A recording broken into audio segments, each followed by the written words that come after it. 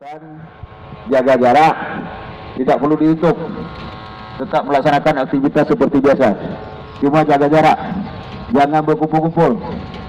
Jadi untuk toko, warung bisa dibuka seperti biasa, tapi orang duduk jangan berkumpul.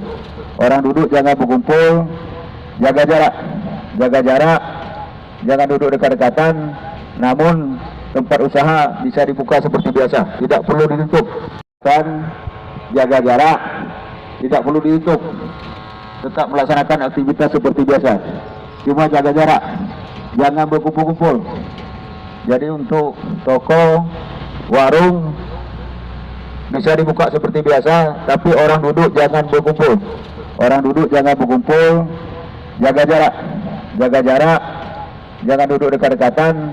Namun tempat usaha bisa dibuka seperti biasa, tidak perlu ditutup.